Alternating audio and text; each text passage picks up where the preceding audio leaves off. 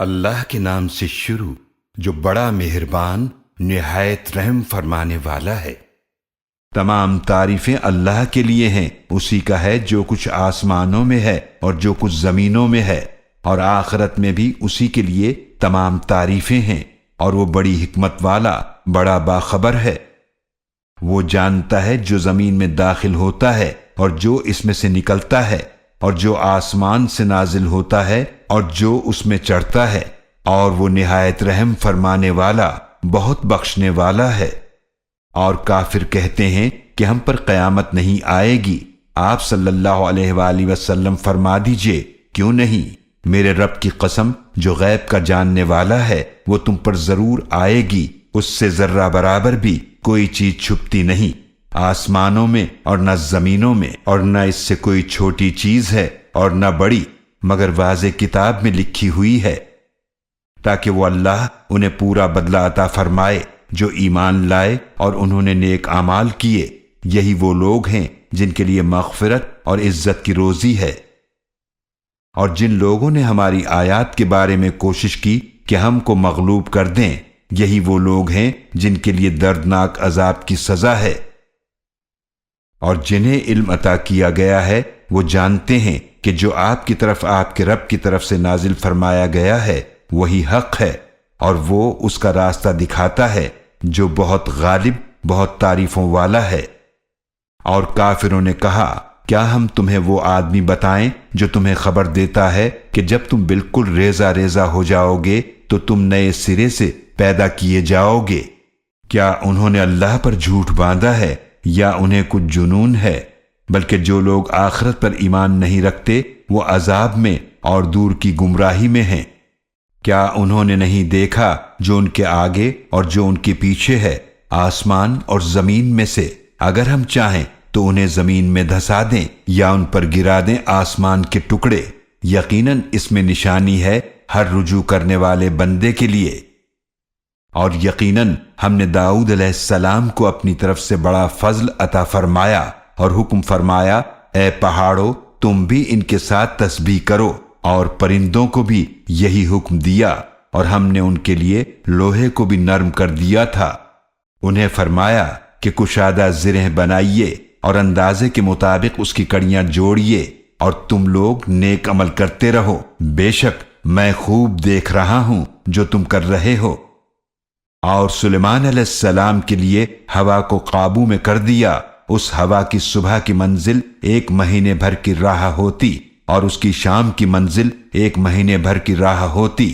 اور ہم نے ان کے لیے تانبے کا چشمہ بہا دیا، اور کچھ جنات وہ تھے جو ان کے سامنے کام کرتے تھے ان کے رب کے اذن سے، اور جو ان میں سے ہمارے حکم سے پھر جائے ہم اسے بھڑکتی آگ کا مزہ چکھائیں گے۔ وہ جنات ان کے لیے جو وہ چاہتے تھے بنا دیتے تھے، قلعے اور مورتیاں اور بڑے بڑے حوض جیسے لگن اور ایک جگہ جمی ہوئی دیگیں۔ اے داؤد کے گھر والو، شکر ادا کرنے کے لیے نیک عمل کرو، اور میرے بندوں میں شکر گزار کم ہی ہوتے ہیں۔ پھر جب ہم نے ان کی موت کا فیصلہ فرما دیا تو ان جنات کو ان کی موت کا پتہ نہیں دیا، مگر زمین کے کیڑے دیمک نے جو ان کی لاٹھی کھاتا رہا۔ تو جب سلیمان علیہ السلام زمین پر آ رہے تو جنات پر یہ بات کھل گئی کہ اگر وہ غیب جانتے ہوتے تو اس ذلت کے عذاب میں نہ پڑے رہتے۔ یقیناً قوم سبا کے لیے ان کے رہنے کی جگہ میں ایک نشانی تھی۔ وہ 2 باغ تھے، دائیں طرف اور بائیں طرف۔ کہا گیا کہ اپنے رب کا عطا کیا ہوا رزق کھاؤ اور اس کا شکر ادا کرو کہ تمہارا شہر کتنا پاکیزہ ہے اور کیسا بخشنے والا رب ہے۔ پھر انہوں نے منہ پھیر لیا تو ہم نے ان پر زوردار سیلاب بھیج دیا، اور ہم نے ان کے دونوں باغوں کو بدل دیا تو ایسے باغوں سے جو بدمزہ پھلوں والے تھے، اور ان میں جھاؤ کے درخت اور کچھ تھوڑی سی بیریاں تھیں۔ یہ ہم نے انہیں ان کی ناشکری کا بدلہ دیا، اور ہم ناشکروں کو ایسا ہی بدلہ دیا کرتے ہیں۔ اور ہم نے بنا دیں ان کے اور ان بستیوں کے درمیان جنہیں ہم نے برکت عطا فرمائی تھی نمایاں بستیاں، اور ان بستیوں میں چلنے کی منزلیں مقرر فرما دی تھیں۔ چلو پھرو ان راستوں میں راتوں کو اور دنوں کو امن سے۔ تو انہوں نے کہا کہ اے ہمارے رب، ہمارے سفروں کے درمیان دوری پیدا فرما، اور انہوں نے اپنی جانوں پر ظلم کیا تو ہم نے انہیں کہانیاں بنا دیا اور ہم نے انہیں ریزہ ریزہ کر دیا۔ یقیناً اس میں نشانیاں ہیں سب صبر شکر کرنے والوں کے لیے۔ اور یقیناً ابلیس نے ان کے بارے میں اپنا خیال سچ کر دکھایا تو ان لوگوں نے اس کی پیروی کی سوائے مومنوں کے ایک گروہ کے، اور اس ابلیس کا ان پر کچھ زور نہ تھا، اور یہ اس لیے ہوا تاکہ ہم ظاہر کر دیں کہ کون آخرت پر ایمان لاتا ہے ان لوگوں میں سے جو اس کے بارے میں شک میں ہیں، اور آپ کا رب ہر چیز پر نگہبان ہے۔ آپ صلی اللہ علیہ وآلہ وسلم فرما دیجئے، ان کو پکارو جن کو تم اللہ کے سوا معبود سمجھ رہے ہو، وہ نہ آسمانوں میں ذرہ برابر کسی چیز کے مالک ہیں اور نہ زمینوں میں، اور نہ ہی ان دونوں میں ان کا کوئی حصہ ہے، اور نہ ان میں سے کوئی اس اللہ کا مددگار ہے، اور اس اللہ کے سامنے کسی کی شفاعت فائدہ نہ دے گی سوائے اس کے جس کو وہ خود اجازت عطا فرمائے، یہاں تک کہ جب ان فرشتوں کے دلوں سے گھبراہٹ دور فرما دی جاتی ہے تو وہ کہتے ہیں کہ تمہارے رب نے کیا فرمایا؟ وہ کہتے ہیں حق فرمایا ہے، اور وہی سب سے بلند بہت بڑا ہے۔ آپ صلی اللہ علیہ وآلہ وسلم فرما دیجئے، تمہیں کون رزق عطا فرماتا ہے؟ آسمانوں اور زمینوں سے۔ آپ صلی اللہ علیہ وآلہ وسلم خود ہی فرما دیجئے کہ اللہ عطا فرماتا ہے، اور بے شک ہم یا تم ضرور ہدایت پر ہیں یا واضح گمراہی میں ہیں۔ آپ صلی اللہ علیہ وآلہ وسلم فرما دیجئے، نہ ہمارے گناہوں کے بارے میں تم سے سوال ہوگا اور نہ ہم سے اس کے بارے میں پوچھا جائے گا جو تم کرتے ہو۔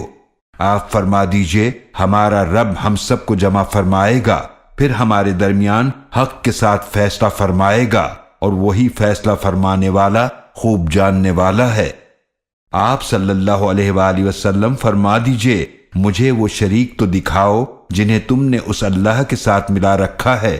ہرگز نہیں، بلکہ وہ اللہ بہت غالب بڑی حکمت والا ہے۔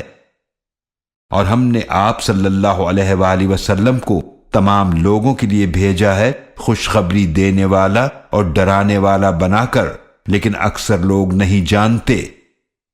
اور وہ کہتے ہیں یہ قیامت کا وعدہ کب پورا ہوگا؟ اگر آپ سچے ہیں۔ آپ صلی اللہ علیہ وآلہ وسلم فرما دیجئے، تمہارے لیے ایسے وعدے کا دن مقرر ہے، نہ تم اس سے ایک گھڑی پیچھے رہو گے اور نہ آگے بڑھ سکو گے۔ اور کافر کہتے ہیں ہم اس قرآن پر ہرگز ایمان نہیں لائیں گے اور نہ ان کتابوں پر جو اس سے پہلے ہیں، اور کاش آپ دیکھیں کہ جب ظالم اپنے رب کے سامنے کھڑے کیے جائیں گے تو ایک دوسرے کو الزام لگا رہے ہوں گے۔ جو لوگ کمزور سمجھے جاتے تھے وہ کہیں گے ان لوگوں سے جنہوں نے تکبر کیا، اگر تم نہ ہوتے تو ہم ضرور مومن ہوتے۔ کہیں گے وہ لوگ جنہوں نے تکبر کیا ان لوگوں سے جو لوگ کمزور سمجھے جاتے تھے، کیا ہم نے تم کو ہدایت سے روکا تھا اس کے بعد جبکہ وہ تمہارے پاس آئی تھی؟ بلکہ تم تو خود ہی مجرم تھے۔ اور جو لوگ کمزور سمجھے جاتے تھے وہ کہیں گے ان لوگوں سے جنہوں نے تکبر کیا، بلکہ یہ تمہاری رات اور دن کی مکاری تھی جب تم ہمیں حکم دیا کرتے تھے کہ ہم اللہ کے ساتھ کفر کریں اور اس کے لیے شریک بنائیں، اور وہ ندامت کو چھپائیں گے جب عذاب دیکھ لیں گے، اور ہم ان لوگوں کی گردنوں میں طوق ڈال دیں گے جنہوں نے کفر کیا، انہیں ایسا ہی بدلہ دیا جائے گا جیسے وہ کام کیا کرتے تھے۔ اور ہم نے جس بستی میں بھی کوئی ڈرانے والا بھیجا تو اس کے خوشحال لوگوں نے کہا بے شک ہم انکار کرتے ہیں اس چیز کا جو تم دے کر بھیجے گئے ہو، اور انہوں نے کہا کہ ہم مال اور اولاد میں بہت زیادہ ہیں اور ہمیں کوئی عذاب نہیں دیا جائے گا۔ آپ صلی اللہ علیہ وآلہ وسلم فرما دیجئے، بے شک میرا رب جس کے لیے چاہتا ہے رزق کشادہ فرماتا ہے اور تنگ کرتا ہے جس کے لیے چاہے، لیکن اکثر لوگ نہیں جانتے۔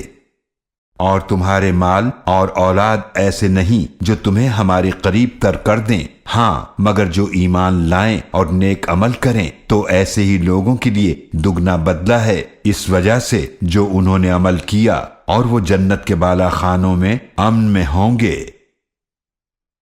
اور جو لوگ ہماری آیات کو نیچا دکھانے کی کوشش کرتے ہیں وہ عذاب میں حاضر کیے جائیں گے۔ آپ صلی اللہ علیہ وآلہ وسلم فرما دیجئے، بے شک میرا رب جس کے لیے چاہتا ہے رزق کشادہ فرماتا ہے اپنے بندوں میں سے، اور تنگ کرتا ہے جس کے لیے چاہے، اور جو بھی چیز تم خرچ کرتے ہو تو وہ اس کی جگہ اور عطا فرماتا ہے، اور وہ بہترین رزق دینے والا ہے۔ اور جس دن وہ ان سب کو جمع فرمائے گا پھر فرشتوں سے فرمائے گا، کیا یہی لوگ ہیں جو تمہاری پوجا کیا کرتے تھے؟ وہ فرشتے عرض کریں گے، پاکی تیرے لیے ہے، تو ہمارا کارساز ہے، نہ کہ وہ لوگ، بلکہ یہ لوگ جنات کی پوجا کیا کرتے تھے، ان میں سے اکثر انہی پر ایمان رکھتے تھے۔ تو آج تم میں سے کوئی کسی کے نفع اور نقصان کا مالک نہیں، اور ہم ظالموں سے کہیں گے آگ کے عذاب کا مزہ چکھو جسے تم جھٹلایا کرتے تھے۔